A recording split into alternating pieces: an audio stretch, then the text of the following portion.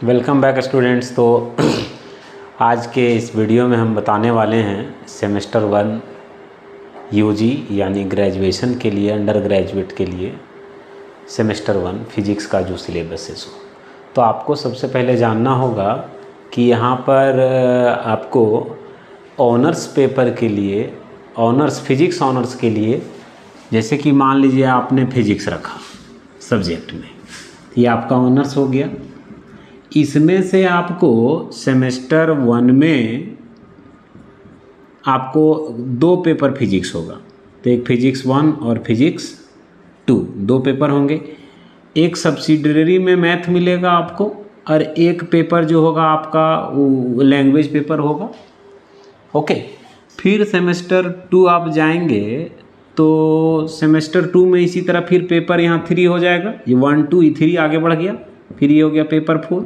उसी तरह मैथ होगा फिर, और एक पेपर होगा लैंग्वेज पेपर। अब आप सेमेस्टर 3 जाएंगे तो सेमेस्टर 3 में क्या होगा कि यहाँ फिजिक्स 3 हो जाएगा। फिजिक्स पेपर यहाँ 4 था, ये 5 हो जाएगा, पेपर 6 हो जाएगा, पेपर 7 हो जाएगा। ठीक, फिर सेमेस्टर 4 जाएंगे आप, तब सेमेस्टर 4 आइएगा तो सेम 4 में क्या होगा कि उसी तरह से यहाँ पेपर 7 से आगे बढ़ेंगे, 3 पेपर हो जाएगा, 8, पेपर 9, पेपर 10। ये 4 सेमेस्टर का हो गया। पहला सेमेस्टर में ऑनर्स पेपर, जिसको कोर बोलते हैं हम लोग, है ना, ऑनर्स पेपर को कोर बोलते हैं। कोर 1, कोर 2, यहाँ हो जाएगा core 3, core 4, core 5, core 6, core 7, यहाँ हो जाएगा 8, 9, 10। यानी कि पहला साल में आपको, ये पहला साल में 2 सेमेस्टर होगा, दोनों सेमेस्टर में फिजिक्स का 2-2 पेपर मिलेगा। अगला साल में आपको सेमेस्टर 3, सेमेस्टर 4 पढ़ना है तो वहाँ 3-3 पेपर मिलेंगे। जब आप सेमेस्टर 5 में जाएंगे तब तक ये सब पेपर क्लियर हो चुका होगा, तो यहाँ से अब 4-4 पेपर मिलेगा। हाँ, अब यहाँ आपको 4 पेपर मिलेगा, पेपर 5 ये सेमेस्टर 5 में और सेमेस्टर 6 में फिजिक्स के जो पेपर होंगे वो आपके 4-4 पेपर हो जाएंगे। तो यहाँ पेपर हो जाएगा 11, 12, 13, 14, 15, 16, 17, 18। तो ओवरऑल आपको यही 18 पेपर्स के एग्ज़ाम लिखने होते हैं। अब प्रैक्टिकल तो इसके अलग का पार्ट है, ये इतने इस तरह से होता है इसका सिस्टम। अच्छा, क्वेश्चन जो इसमें पूछे जाएंगे आपको, किस तरह से एग्ज़ाम का पैटर्न होगा सर। मान लीजिए सेमेस्टर 1 है तो सेमेस्टर 1 में जो पैटर्न होगा वो कैसा होगा सो देखिए।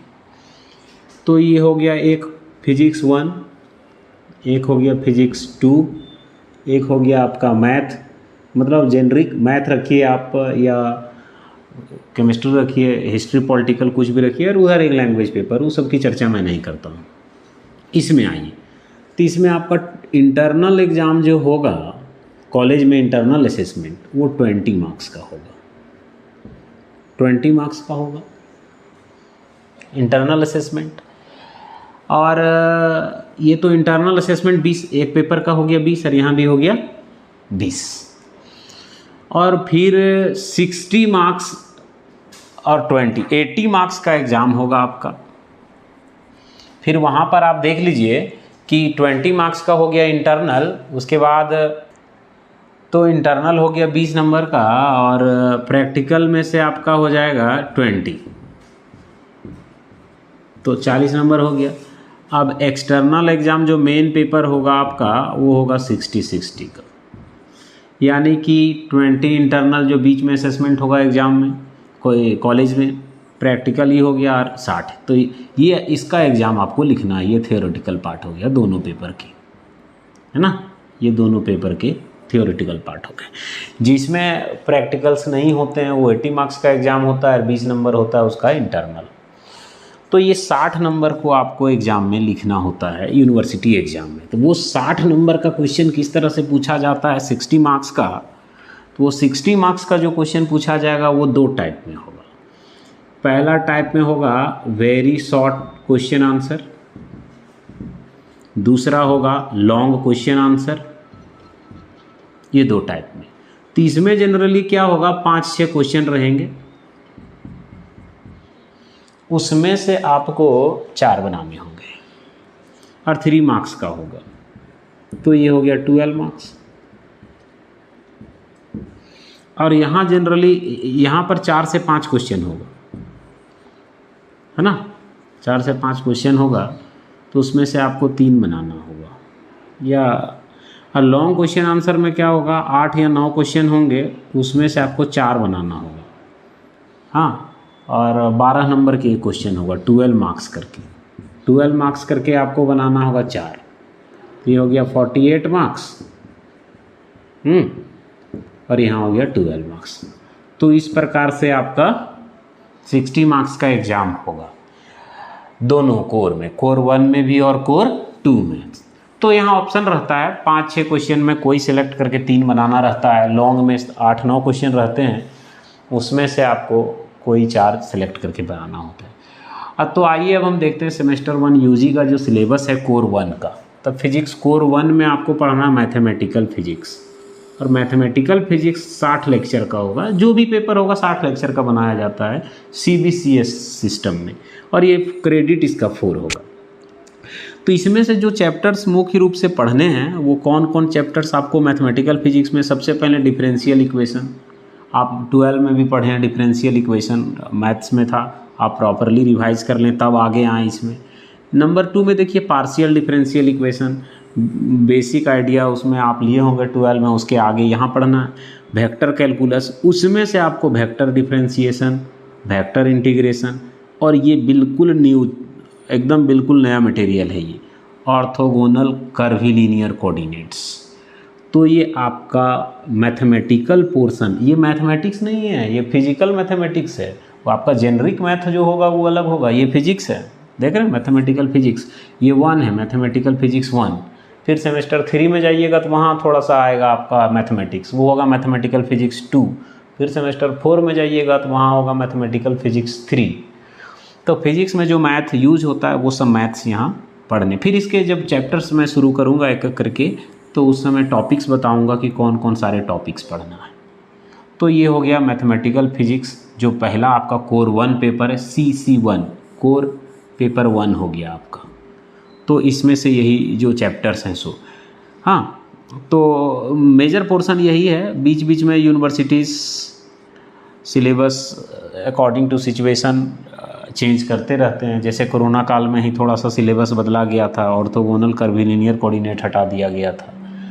तो इस प्रकार से आपको पढ़ना है इतना सारा। वहीं पर हम लोग यदि देखेंगे फिजिक्स कोर 3, फिजिक्स, अच्छा कोर 2 ना, हाँ सेमेस्टर 1 है तो 1 और 2 होगा। तो 2 में आपको पढ़ना है स्टूडेंट्स मैकेनिक्स, 2 में आपको पढ़ना है मैकेनिक्स।